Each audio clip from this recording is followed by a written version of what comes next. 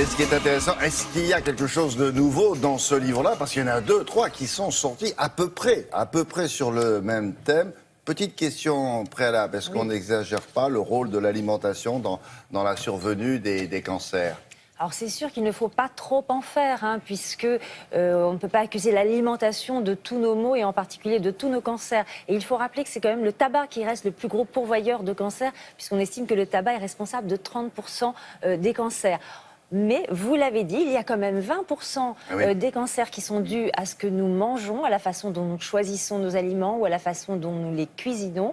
Et ce n'est pas seulement, d'ailleurs, ce ne sont pas seulement les cancers digestifs comme le cancer du côlon ou le cancer de l'estomac, mais l'alimentation est aussi impliquée dans d'autres cancers, notamment les cancers du sein, les cancers de la prostate. Alors on sait par exemple que la cuisine au wok, la cuisine au barbecue, en excès, sont des facteurs de risque de cancer. On sait aussi que certains aliments, la façon dont nous les choisissons, s'ils sont bourrés de pesticides par exemple, peuvent augmenter les risques de certains cancers. Ce qui est intéressant, c'est qu'on sait aujourd'hui aussi quels sont les aliments qui sont favorables à une prévention, qui sont favorables même à une prévention de la santé en général, puisque nos autorités de santé nous recommandent de manger des fruits et des légumes. Oui, ça, on le savait, mais c'est des choses nouvelles. Voilà. Et dans un livre qui vient de paraître, le cancérologue David Kayat met en lumière des aliments peu connus qui commencent à devenir à la mode en France, qu'on trouve dans les magasins diététiques, dans certains magasins bio, sur certains marchés. Et ces aliments ont des propriétés intéressantes pour la santé, notamment les baies de goji, le rooibos, les baies de goji, mais vous allez les découvrir tout de suite, le rooibos, ou encore un chou qui est très peu connu. Regardez.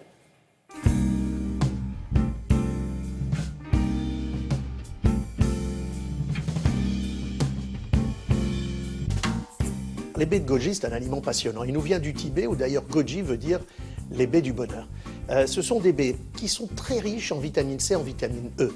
Elles sont en plus très riches en une substance anti-cancer qui s'appelle les polysaccharides.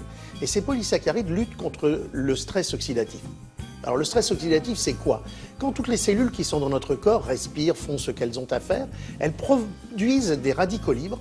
Et ces radicaux libres sont susceptibles de provoquer des mutations sur nos chromosomes, sur notre ADN, à l'origine de la plupart des cancers. Eh bien, ces polysaccharides des baies de goji bloquent ces radicaux libres, bloquent le stress oxydatif et sont donc naturellement anti-cancer. Un détail, les baies de goji sont très riches en sucres simples, qui ne sont pas très bons pour la santé, donc il faut limiter son apport à au maximum 30 grammes par jour.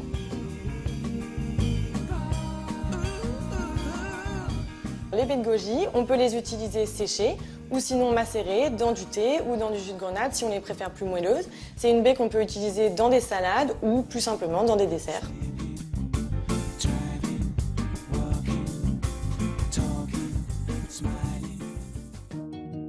Le chou cal, c'est un chou frisé.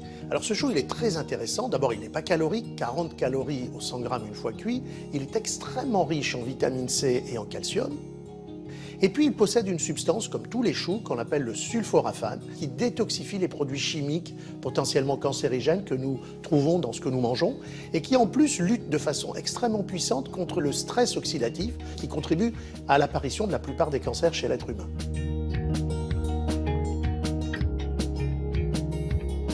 Le chou cal, on peut le faire poêler, on peut aussi le faire à la vapeur. Ce qu'il faut éviter, c'est de le faire bouillir car il perd donc ses valeurs nutritionnelles. On peut aussi le manger en salade, très simplement cru. Le rooibos, c'est un petit arbuste de la région du Cap, en Afrique du Sud. On l'appelle le thé rouge. En réalité, ça n'est pas du tout du thé. Mais cette substance que l'on trouve sous forme de feuilles hachées, comme une poudre, est très riche en polyphénols, et notamment en l'un d'entre eux qu'on appelle la quercétine, qui est un fantastique antioxydant qui lutte contre le stress oxydatif, surtout chez les fumeurs. En plus, c'est une boisson à prendre abondamment entre les repas, car elle a tendance à couper l'appétit et donc à éviter le grignotage. Le rooibos, on peut le consommer chaud, infusé, ou comme un thé glacé, donc froid, avec différents fruits pour aromatiser. On peut aussi l'intégrer dans des desserts, comme des mousses au chocolat par exemple. Voilà, on a découvert là des aliments nouveaux. La baie de goji, le chou... Cal ou kel, selon les prononciations. Cal ou kel. Voilà. Le rooibos, il y a aussi l'açaï qui devient aussi Là. l'açaï, c'est une autre baie, petite baie couleur pourpre qui vient Et d'Afrique ça du se cuisine, Sud. donc on le voit bien avec cette jeune fille. Effectivement, D'accord. on peut cuisiner ces aliments qui sont très riches en antioxydants. Si vous voulez en savoir plus, le livre du professeur David Kayat et de Cécile Kayat, La cuisine anti-cancer, et c'est aux éditions Odile Jacob. Merci beaucoup.